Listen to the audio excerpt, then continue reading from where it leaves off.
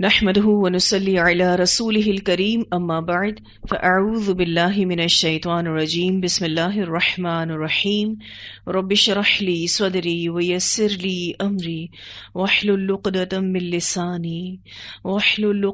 من لساني يفقهوا قولي رب زدني علما اللهم فقهنا في الدين اللهم فقهنا في الدين اللهم فقهنا في الدين اللهم إنا نسألك حبك وحب من يحبك والعمل الذي يبلغنا حبك اللهم ارزقنا إخلاص إلهي آمين. رب اجعلني مقيم الصلاة ومن ذريتي ربنا وتقبل دعاء ربنا اغفر لي ولوالدي وللمؤمنين يوم يقوم الحساب.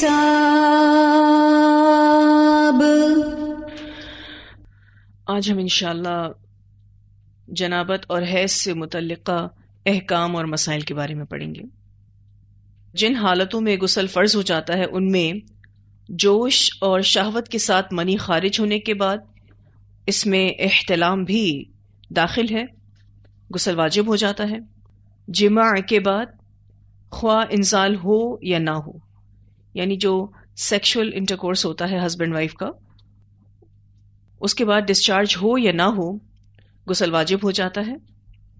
پھر اسی طرح سے حیض کے بعد، یعنی حیض سے فارغ ہونے کے بعد عورت پر غسل واجب ہوتا ہے. پھر اسی طرح سے نفاس کے بعد، یعنی جیسی عورت نفاس سے فارغ ہوتی ہے تب بھی اس پر غسل واجب ہو جاتا ہے. نفاس وہ خون ہے جو بچے کی پیدائش کے بعد جاری ہوتا ہے. یہ وہ تمام حالتیں ہیں جن کے بعد غسل واجب ہو جاتا ہے، جس میں پہلی بات کیا تھی؟ جوش اور شہوت کے ساتھ منی خارج ہونا، اور اس میں احتلام بھی شامل ہے. دوسری حالت جماع کے بعد، خواہ ڈسچارج ہو یا نہ ہو. تیسری حالت حیض کے بعد، اور چوتھی نفاس کے بعد. بہت ساری عورتیں یہ سوال کرتی ہیں کہ جب ہم پریگننسی کے دوران یا کوئی کمپلیکیشنز ہو جاتی ہیں، اندرونی کچھ مسائل ہوتے ہیں عورتوں کے، تو ہم ڈاکٹرز کے پاس جب انٹرنل چیک اپ کرواتی ہیں تو اس کے بعد بھی غسل واجب ہو جاتا ہے. تو ایسی بات نہیں ہے، وہ ایک ٹریٹمنٹ ہے، اور اس ٹریٹمنٹ سے جو بھی عورت گزرتی ہے اس پر غسل واجب نہیں ہوتا ہے. صحبت اور غسل جنابت. ایک مرتبہ صحابہ کرام رضی اللہ عنہم کے درمیان غسل جنابت کا مسئلہ زیر بحث آیا. ایک گروہ کہتا تھا کہ غسل صرف دخول پر فرض ہو جاتا ہے، انزال شرط نہیں ہے، یعنی واٹر ڈسچارج شرط نہیں ہے، ضروری نہیں ہے. دوسرا گروہ بیان کرتا تھا کہ وجوب غسل کے لیے دخول کے ساتھ انزال بھی شرط ہے. یہ طویل مباحثہ کسی فیصلہ کن نتیجے پر نہ پہنچ سکا. آخرکار سیدنا ابو موسیٰ اشعری رضی اللہ تعالیٰ عنہ نے اس مسئلے کے حل کی ذمہ داری لی. انہوں نے ام المومنین عائشہ رضی اللہ تعالیٰ عنہا سے اس بارے میں دریافت کیا. عائشہ رضی اللہ تعالیٰ عنہا نے کہا کہ رسول اللہ صلی اللہ علیہ وسلم نے فرمایا: اذا جلس بین شعبہ الاربع ومس الختان الختان فقد وجب الغسل. جب مرد عورت کی 4 شاخوں کے درمیان بیٹھ جائے اور اس کا محل ختنہ عورت کے محل ختنہ کے ساتھ مس کرے تو غسل واجب ہو جاتا ہے. تو مسئلہ یہ ثابت ہوا کہ صرف دخول پر مرد اور عورت جنبی ہو جاتے ہیں اور ان پر غسل واجب ہو جاتا ہے، انزال شرط نہیں ہے. رسول اللہ صلی اللہ علیہ وسلم نے فرمایا: جب مرد عورت کی 4 شاخوں کے درمیان بیٹھ کر صحبت کرے تو غسل واجب ہو گیا، اگرچہ منی نہ نکلے. یہاں جو 4 شاخوں کے حوالے سے بات ہو رہی ہے تو عورت کی 2 پنڈلیاں اور 2 رانیں مراد لی گئی ہیں، اور کچھ علماء 2 بازو اور 2 ٹانگیں بھی مراد لیتے ہیں. ویسے اس سے مراد جماع ہے، یعنی اشارہ کنایہ میں یہ بات ہو رہی ہے، مراد جماع ہے. تو رسول اللہ صلی اللہ علیہ وسلم نے فرمایا کہ جب مرد عورت کی 4 شاخوں کے درمیان بیٹھ کر صحبت کرے تو غسل واجب ہو جاتا ہے، اگرچہ منی نہ نکلے، یعنی واٹر ڈسچارج ضروری نہیں ہے. شرط نہیں ہے۔ عورت کو بھی احتلام ہوتا ہے۔ ام المومنین ام سلمہ رضی اللہ تعالی عنہا روایت کرتی ہیں کہ ام سلیم رضی اللہ تعالی عنہا نے رسول اللہ صلی اللہ علیہ وسلم سے کہا، اے اللہ کے رسول صلی اللہ علیہ وسلم، یقیناً اللہ حق سے نہیں شرماتا۔ یعنی وہ یہ کہنا چاہ رہی تھیں کہ اللہ تعالیٰ حق کے بیان کرنے سے نہیں رکتا اور حیا کی بنا پر اسے ترک نہیں کرتا۔ اس طرح جن مسائل کو مجھے آپ سے پوچھنے کی ضرورت ہے ان سے میں بھی نہیں رک سکتی، یعنی میں بھی آپ سے ایک مسئلہ پوچھنا چاہتی ہوں۔ عموماً اس طرح کے مسئلے مسائل پوچھنے میں عورتیں شرماتی ہیں۔ کیا عورت پر غسل واجب ہے جب اسے احتلام ہو جائے؟ آپ صلی اللہ علیہ وسلم نے فرمایا، ہاں، جب وہ پانی دیکھے یعنی منی کا نشان دیکھے۔ اس پر ام سلمہ رضی اللہ تعالی عنہا نے شرم سے منہ چھپا لیا اور عرض کیا کہ اے اللہ کے رسول صلی اللہ علیہ وسلم، کیا عورت کو بھی احتلام ہوتا ہے؟ آپ صلی اللہ علیہ وسلم نے فرمایا، ہاں، یعنی ہوتا ہے۔ تیرا داہنا ہاتھ خاک آلود ہو، اگر ایسا نہیں تو بتاؤ کہ پھر بچے کی ماں کے ساتھ مشابہت کیسے ہو جاتی ہے؟ یہاں نبی اکرم صلی اللہ علیہ وسلم نے ام سلمہ کو پیار سے ڈانٹا، اور یہ کوئی بد دعائی جملہ نہیں ہے، محض ایک محاورہ ہے۔ اس سے مراد تنبیہ کرنا ہوتا ہے، وارن کرنا ہوتا ہے، ایک پیار والی ڈانٹ ہے کہ تیرا داہنا ہاتھ خاک آلود ہو۔ اور نبی اکرم صلی اللہ علیہ وسلم ام سلمہ کا فوکس بڑھانا چاہ رہے تھے کہ اگر ایسا نہیں ہے تو بتاؤ کہ پھر بچے کی ماں کے ساتھ مشابہت کیسے ہو جاتی ہے؟ بچہ کبھی باپ سے مشابہت رکھتا ہے اور کبھی ماں سے مشابہت رکھتا ہے۔ یہ اسی صورت میں ہو سکتا ہے کہ شہوت کے وقت عورت کے اندر بھی منی خارج ہو اور بچے کی خلقت اور ساخت میں حصے دار بنے۔ پھر یہ کہ ام سلمہ نے یہ سوال اس لیے بھی کیا ہو کہ عورتوں کو احتلام کم ہوتا ہے، ٹھیک ہے جی، عورتوں کو احتلام کم ہوتا ہے، مردوں کی طرح کثرت سے نہیں ہوتا، اس وجہ سے ام سلمہ نے یہ سوال کیا ہو۔ تو اس حدیث سے کیا پتہ چلتا ہے کہ جس طرح مردوں کو احتلام لاحق ہوتا ہے اور ان پر غسل کرنا فرض ہے، اسی طرح عورتوں کو بھی یہ صورت لاحق ہوتی ہے، ان کو بھی غسل کرنا فرض ہے۔ عورت یا مرد نیند سے اٹھ کر اگر تری یعنی نشان منی دیکھے تو یہ احتلام کی علامت ہے، لہٰذا ان پر غسل کرنا فرض ہو جاتا ہے۔ اور اگر احتلام کی کیفیت انہیں یاد ہو لیکن نشان نہ پائیں تو غسل فرض نہیں ہوگا، یعنی فزیکلی کوئی ایسی چیز دیکھی نہ جائے تو پھر غسل فرض نہیں ہوتا۔ ایسی صورت میں شک کرنے کی بھی کوئی ضرورت نہیں ہے۔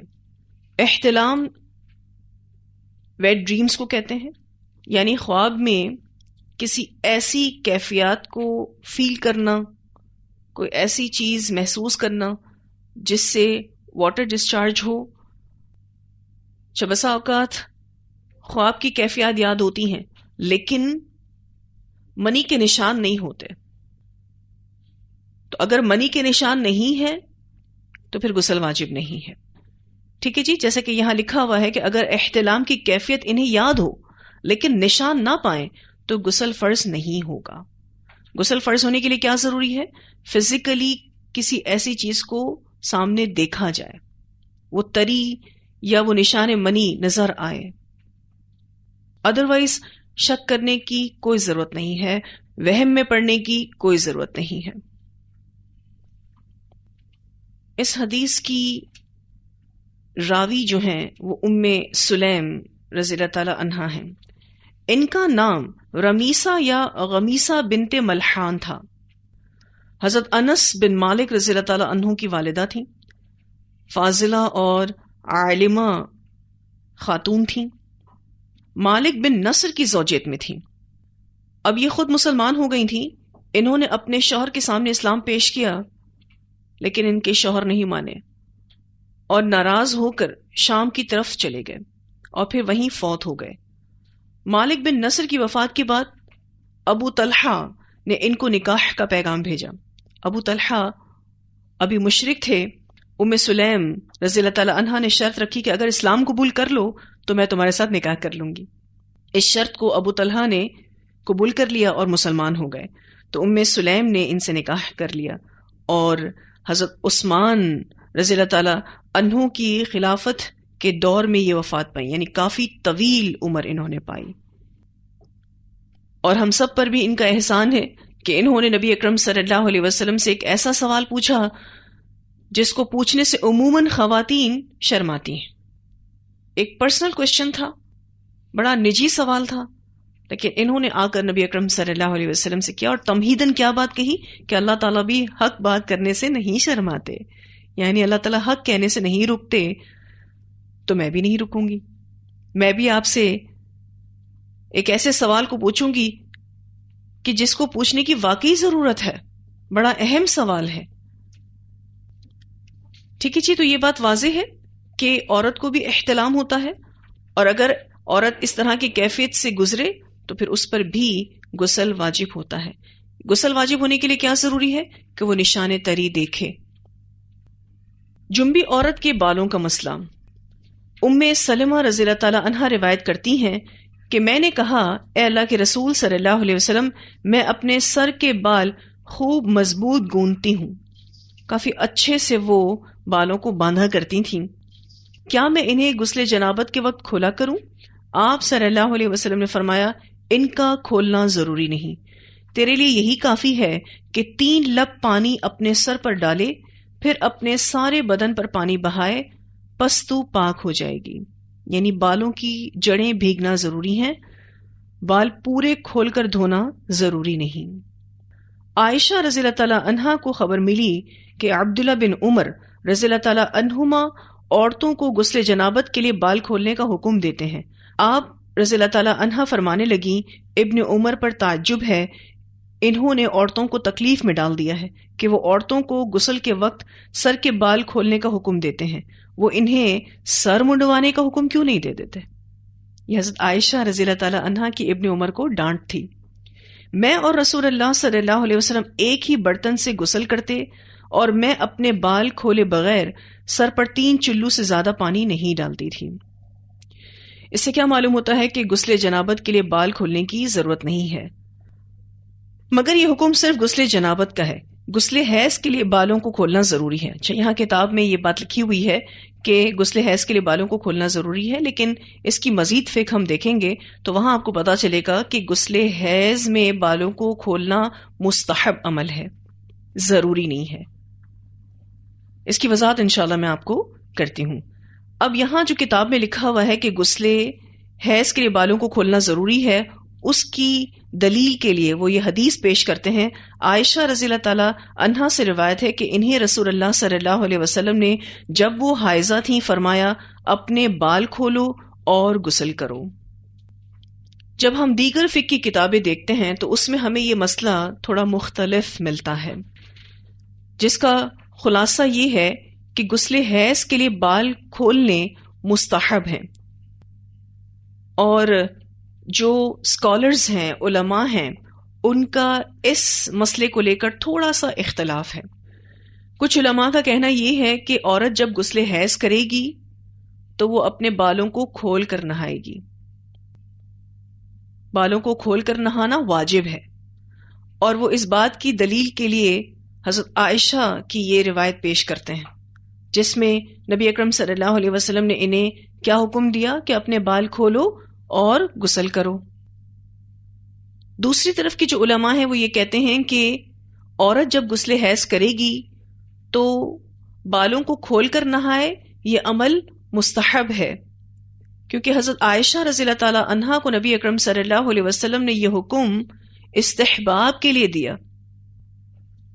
وہ کہتے ہیں کہ بالوں کی جڑوں کو تر کر لینا بھی کافی ہے، کیونکہ نبی اکرم صلی اللہ علیہ وسلم نے ام سلمہ کے اس سوال پر کہ کیا میں غسل جنابت کے وقت اپنے بالوں کو کھولوں تو فرمایا کہ ان کا کھولنا ضروری نہیں، تیرے لیے یہی کافی ہے کہ 3 لب پانی اپنے سر پر ڈالے، پھر اپنے سارے بدن پر پانی بہائے، پس تو پاک ہو جائے گی.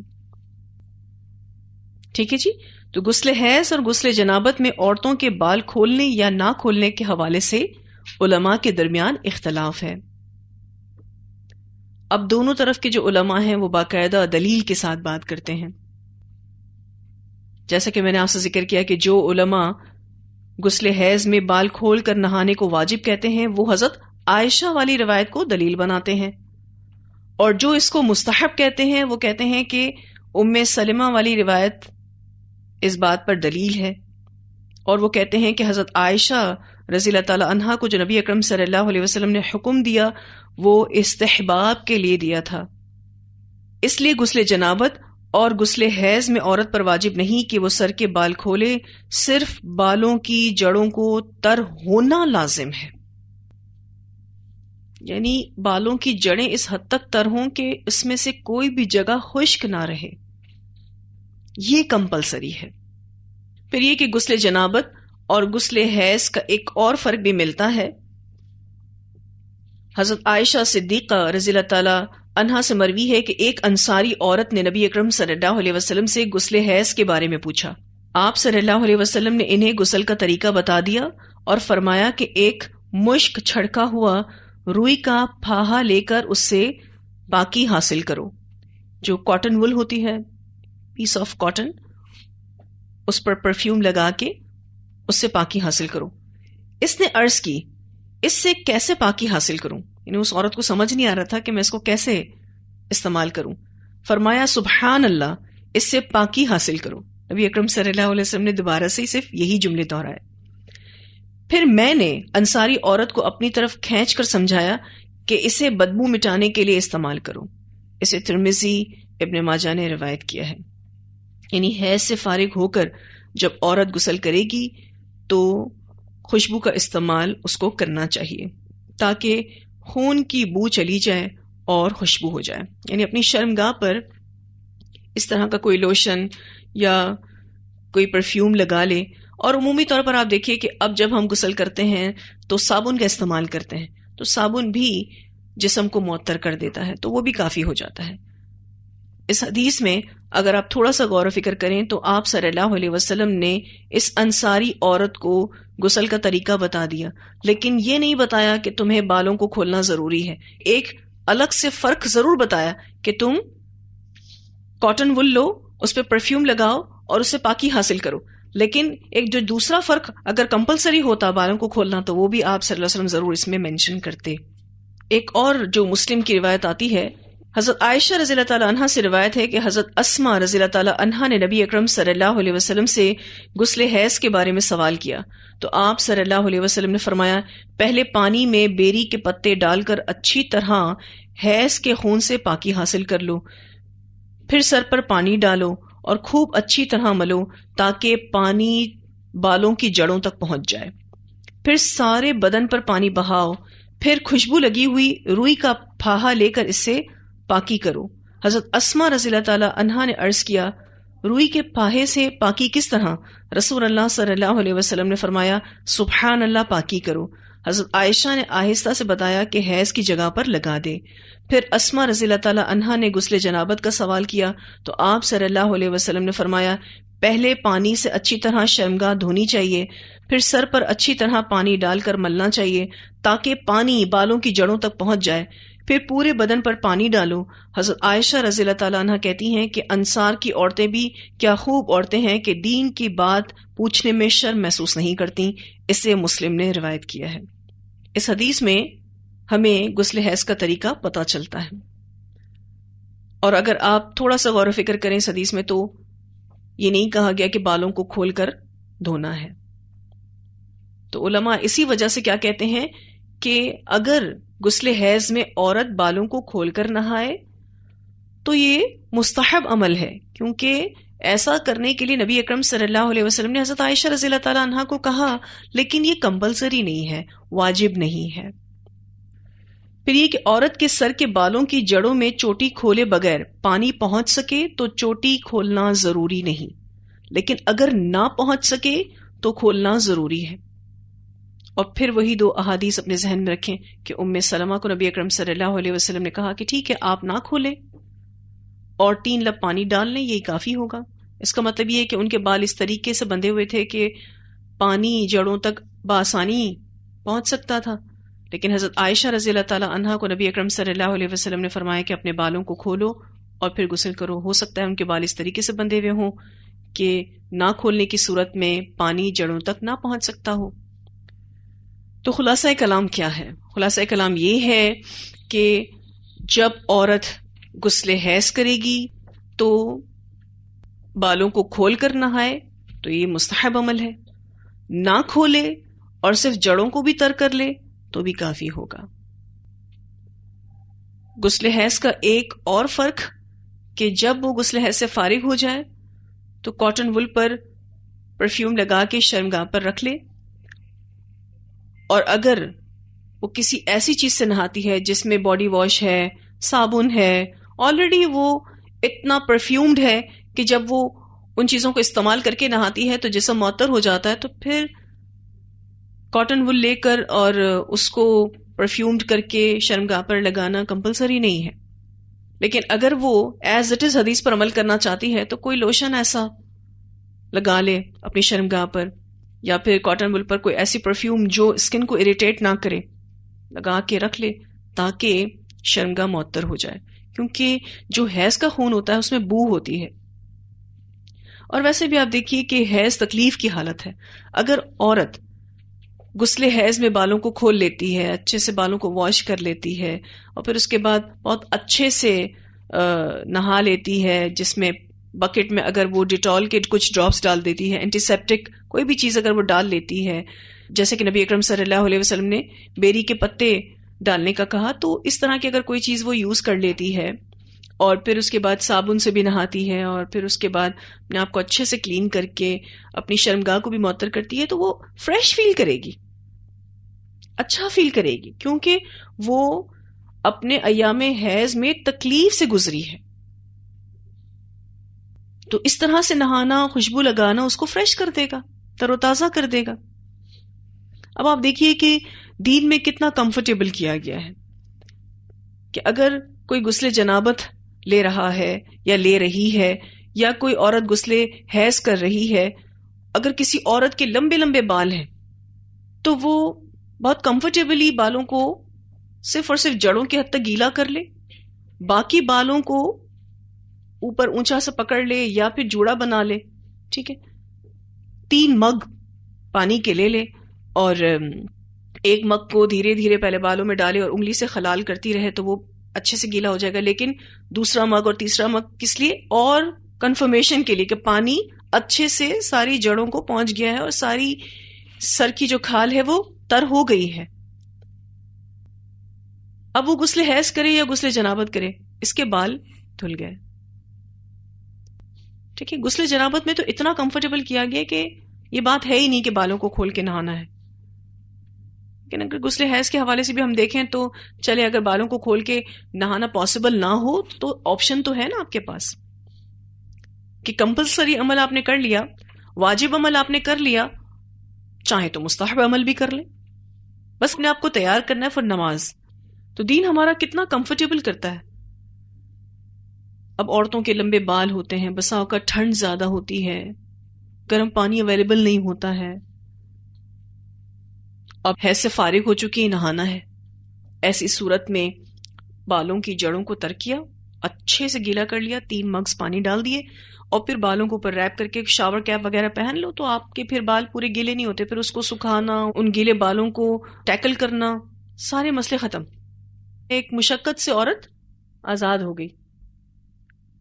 اور ویسے بھی آپ دیکھیے کہ غسل جنابت ہو یا غسل حیض ہو، اس کو اتنا کمفرٹیبل اس لیے کیا گیا ہے تاکہ مسلمان اپنی پاکی کا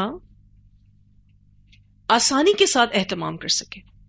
اب جیسے بچیوں کی نئی نئی شادی ہوتی ہے، ان کو یہ حکم پتہ ہی نہیں ہوتا کہ غسل جنابت میں صرف اور صرف بالوں کی جڑوں کو بھی تر کیا جا سکتا ہے، یا تو یہ لڑکیاں شرما شرمی میں نہاتی نہیں ہیں، ٹائم لگاتی ہیں، اور یا پھر نہا کر بال دھو کر اس کو سکھانے میں بہت وقت لگاتی ہیں، یا پھر بال کھول کر سامنے آ جاتی ہیں۔ یعنی یہ سارے عمل ہم دیکھتے ہیں کہ جو پریشانی کا باعث ہیں۔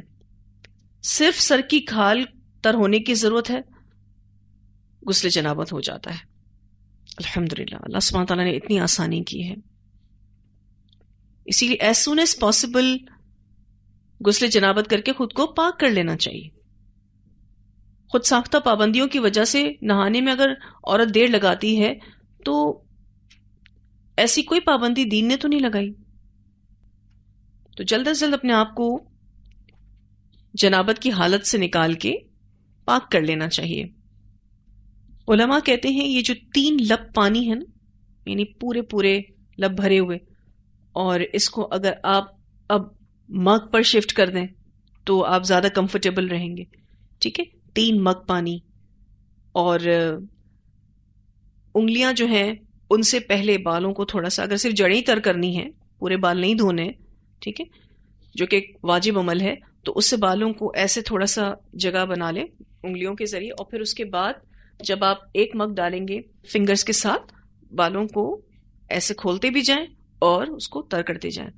اگر آپ مگ سے پانی ڈال رہے ہیں تو ایک ہاتھ سے، اگر لمبے بال ہیں تو بالوں کو پکڑ لیں اور پھر مگ ڈالیں.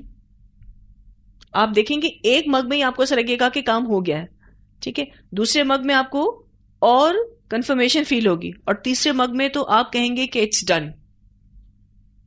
اچھے سے بال گیلے ہو جاتے. پھر ایسے ایسے پریس کر کے بھی چیک کر لینا چاہیے کہ سب جگہ پر پانی پہنچ گیا ہے نہیں. ویسے الحمدللہ 3 مگ پانی کے چلے جائیں تو بالوں میں کوئی حصہ ایسا نہیں رہے گا جو خشک ہو جائے. اور یہ بہت کمپلسری ہے کہ ایک چھوٹی سی بھی جگہ خشک نہ رہے بالوں کی کھال میں سے، ایک چھوٹی سی جگہ بھی خشک نہ رہے. اور یہ بہت ہی اہم حکم ہے. حضرت علی کے بارے میں آتا ہے کہ وہ کہتے ہیں اسی لیے مجھے اپنے بالوں سے دشمنی ہے. وہ بالوں کو منڈوا دیا کرتے تھے تاکہ غسل جنابت میں ان کو کوئی ڈاؤٹ ہی نہ رہے کہ میرے سر کی کھال کہیں سے بھی خشک رہ گئی ہے. لیکن خیر عورتیں تو ایسا نہیں کر سکتی.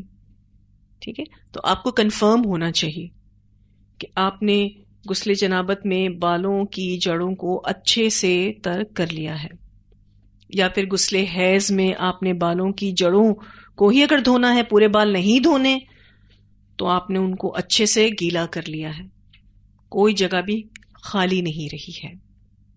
اب پہلے ایسا ہوتا تھا کہ عورتیں غسل جنابت کرتی تھیں تو صرف پانی ہی کا استعمال ہوتا تھا، کوئی شیمپو صابن کا استعمال اس طرح سے نہیں ہوتا تھا. ایون غسل حیض میں بھی ان کا پانی ہی سے غسل حیض ہوتا تھا. اسی لیے جب غسل حیض سے فارغ ہو جائیں تو ان کو کاٹن وول پر پرفیوم لگا کر شرمگاہ پر رکھنے کا حکم دیا گیا. اب ایسا نہیں ہے الحمدللہ، ہم تو جب بھی شاور لیتے ہیں تو صابن اور شیمپو کا استعمال تو میرے خیال میں اب لازم ہو گیا ہے. ٹھیک ہے، لیکن اگر کوئی پانی سے بھی نہاتا ہے تو پھر وہ اس طرح سے حدیث کو فالو کر سکتا ہے. آئی ہوپ کہ واضح ہوگا.